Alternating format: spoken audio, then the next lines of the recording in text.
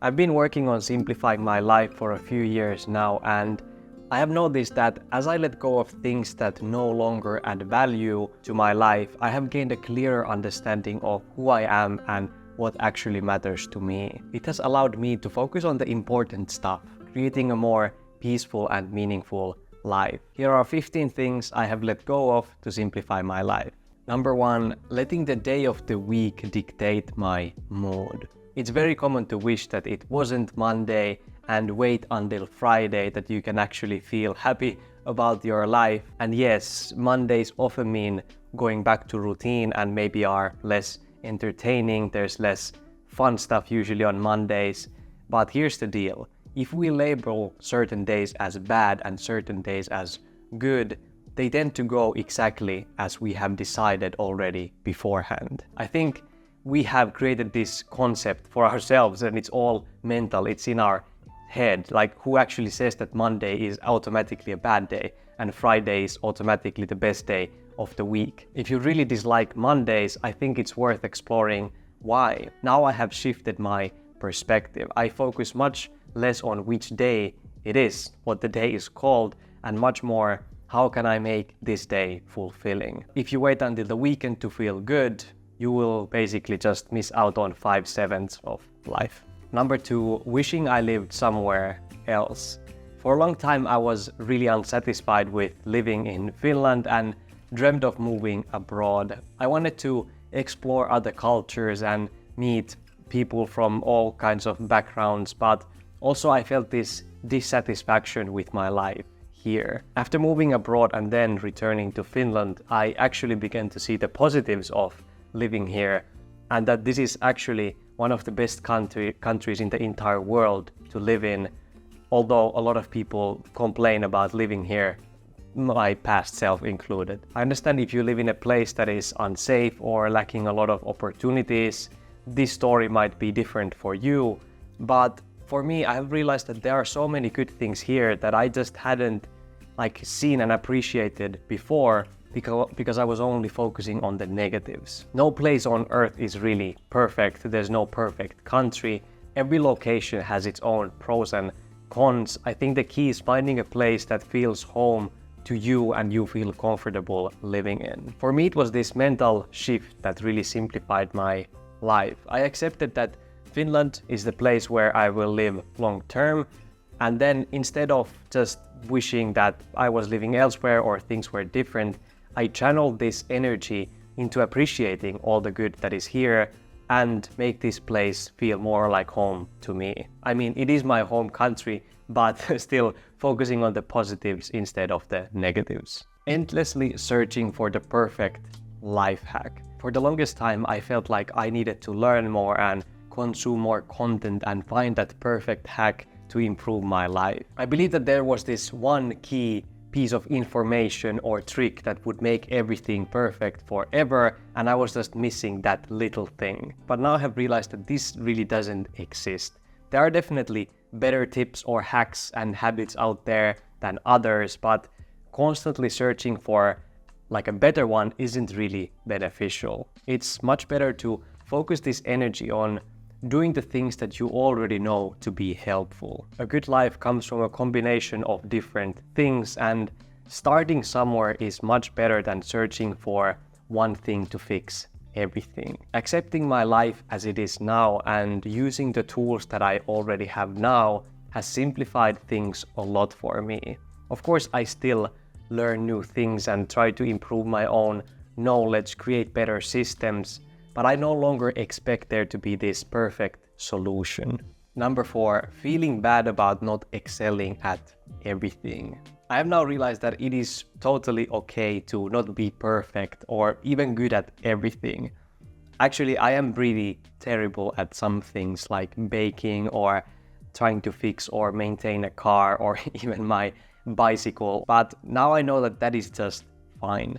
We don't have to be very good at every area of our lives or constantly improve skills that don't really matter to us. I think often the pressure to be good at everything anyway comes from our ego and this perfectionist mindset and is not based on reality. Understanding our limits and accepting that we are only human can bring a lot of keys. Of course, if we are talking about important social skills like how to communicate with others, how to be respectful and kind, it's another story. I think those are very important things that everybody should improve. But when it comes to practical skills that I'm talking about here, it's okay to be below average in some areas. Number 5, over-planning the future. I used to spend a lot of time planning every detail of how I wanted my life to be. I think having a vision for your life is a very, very good thing, but over-planning every step can be really overwhelming. I have changed my goals and vision many times as I have grown, realizing that some plans just don't make sense anymore for me. So all those hours spent planning and creating all these things were not the best use of time after all. Now I just keep a simple plan in my mind and write down the key points without stressing over every little detail. My approach is to create a plan that is simple enough not to overwhelm me, but detailed enough to guide me in the best way. After all, getting stressed in the present moment to build a better future doesn't make much sense. 6, waiting for others to ask me to do something or to create opportunities for me. I have realized that I cannot really expect people to read my mind and know what is the thing that I want to do. If there's something that I'm passionate about, I have learned that it's up to me to take the initiative. For example, if I want to start a group to discuss personal finances and share tips, I go ahead and organize it myself if I cannot find one. If I'm seeking for a company to try out a new activity, I reach out and invite others instead of just waiting around. Taking control in this way has really simplified my life. I know that there is only one person in charge of getting all these experiences, and that is me. Number 7, trying to fix everyone's problems. I'm naturally a problem solver and problem fixer, which can sometimes be very heavy for other people if the only thing that they would want is just to have somebody there to listen. But I have been working on that, and I think that I'm so much better listener these days. Also, I have tried to simplify or quit this because I understood that it's so overwhelming just having this responsibility or feeling responsible to solve others' problems all the time. I just can't be there for everyone all the time with every little or big thing they are facing in their lives. I don't think that they are asking me to do either. I think it's just in my own head. But it's important that I recognize my own limitations and capabilities. I just simply don't have the time and energy to be all the time there for everyone. I think if somebody is struggling and is asking for your help, it's good to be there for them. But also it's okay if you don't have all the solutions for them, at least immediately. Often it's actually better that people find those solutions themselves and you are playing kind of this role of the sidekick rather than trying to be always the main character. Getting this responsibility off my shoulders, at least mentally, has really simplified my life, and I don't anymore feel this obligation to help others if I just simply cannot.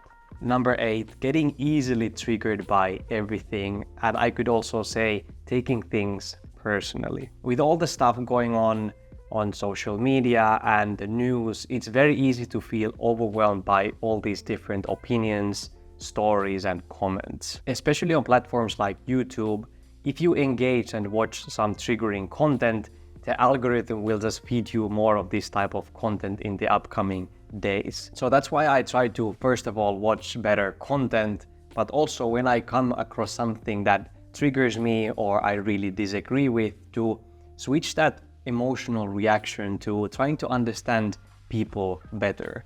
Where are they coming from? What are their backgrounds, and maybe something that they are struggling with? Everyone has different values and views, and often those people who come across really hateful and send these hateful messages, they just have a pain in their own lives. So instead of wishing bad for them and continuing that cycle of hate and negativity, try to look at things objectively and, if possible, educate them or reply in a constructive way. However, I have to say that setting boundaries is very important, especially on the internet, so you cannot let everything just go in and ruin your whole day.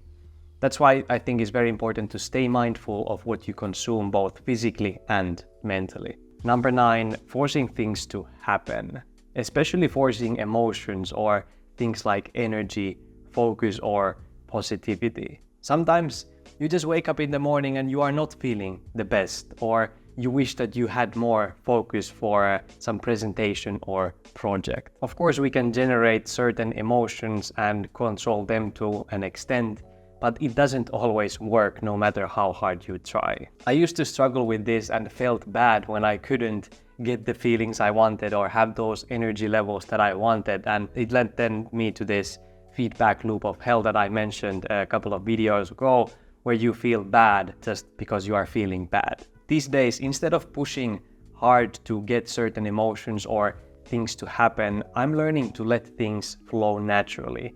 If something isn't really working out, I know that maybe it can work out later. I trust that by doing the right things, that things I want to have or things I want to feel, they will just eventually come. Number 10, only doing things when I feel like it. This is kind of a counterpoint actually to the previous one. I think if we only do things like decluttering or exercising when we are in the mood, we just make life so much more difficult for us. I think it's okay to skip something if you're feeling really tired or you don't have any focus at all, but remember that you cannot avoid these things forever. I think sometimes doing things even if you don't feel like it builds this self-discipline and can be really good for you, because even if those things didn't seem very appealing at first, many times, more often than not, you will feel better during that task and after you have completed than before that. So it's all about getting that thing started. So I think the key here is balance. Don't force things unnecessarily, but also create that self-discipline so that you can tackle uncomfortable tasks. I know that without this self-discipline, my mental health would suffer a lot because I would just be lazy doing even like positive things in my life. 11. Believing fun is the same for everyone. I realized that fun is actually very subjective.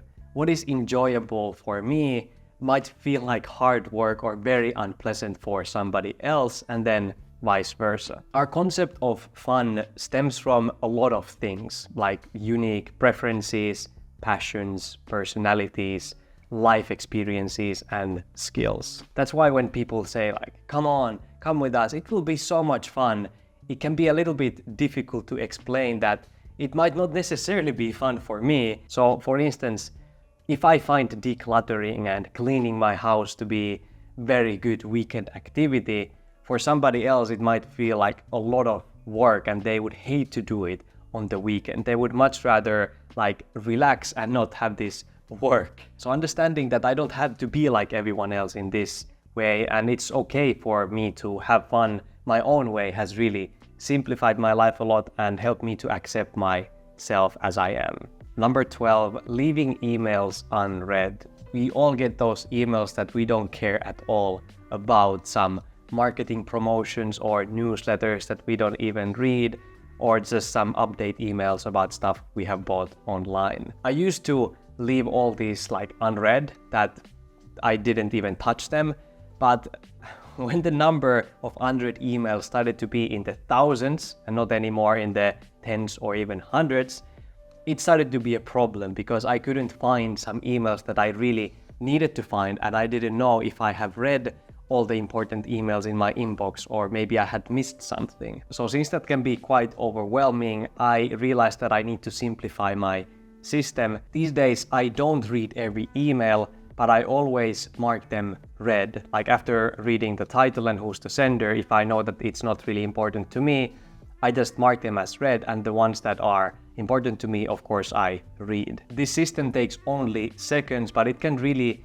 reduce the stress when you know that you haven't missed anything crucial. Number 13, focusing on productivity for productivity's sake.